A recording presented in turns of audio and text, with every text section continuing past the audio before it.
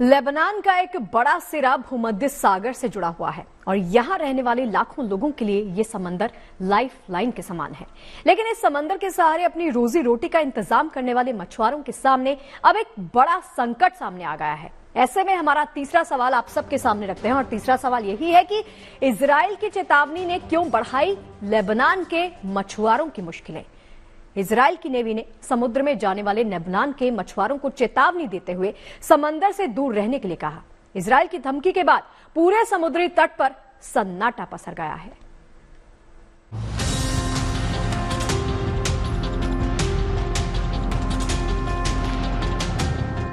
Lebanon की करीब 150 kilometre लंबी सीमा भूमध्य सागर से जुड़ी हुई है और लेबनान के कई शहर भूमध्य सागर के किनारे बसे हुए हैं।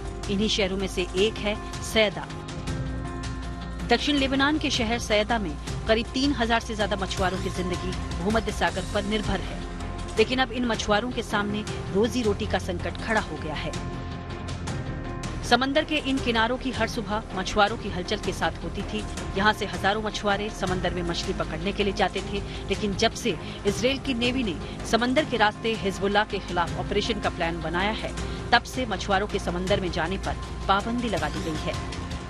अब्दुल्ला उन 500 मछुआरों में से 2 मछुआरे हैं जिनकी रोजी रोटी निर्भर है इस समंदर पर।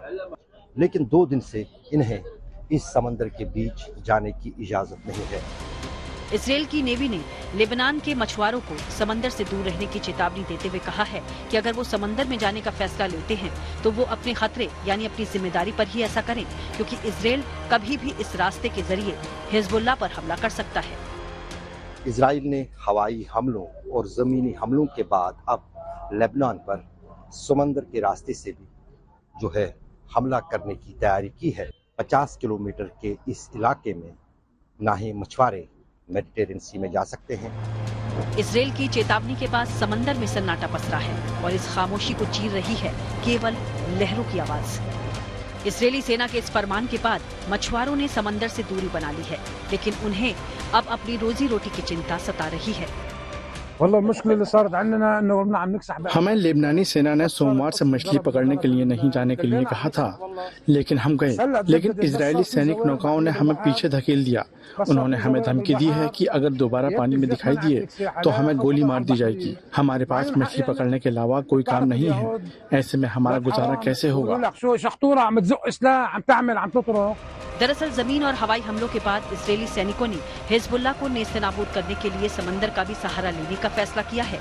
लिहाजा लेबनान के लोगों को समंदर से दूर रहने के लिए चेतावनी जारी की गई है। लेकिन इजराइल की इस चेतावनी के बाद मछुआरों के सामने भूखों मरने की नौबत आ गई है। हमारे घरों और कस्बों पर बमबारी करने के बाद IDF ने हमारी रोजी रोटी को भी छीन लिया है। उन्होंने चेतावनी देते हुए कहा है कि वे हमारी नावों पर भी बमबारी करेंगे। कहावत है कि गेहूं के साथ साथ घुन भी पिस जाता है। लेबनान में भी यही हो रहा है। इजराइल के हमलों से हिजबुल्लाह के लड़ाके तो मारे जा ही रहे हैं, मगर इन हमलों से लेबनान के बेकसूर के सामने भी जानमाल का संकट खड़ा हो गया है।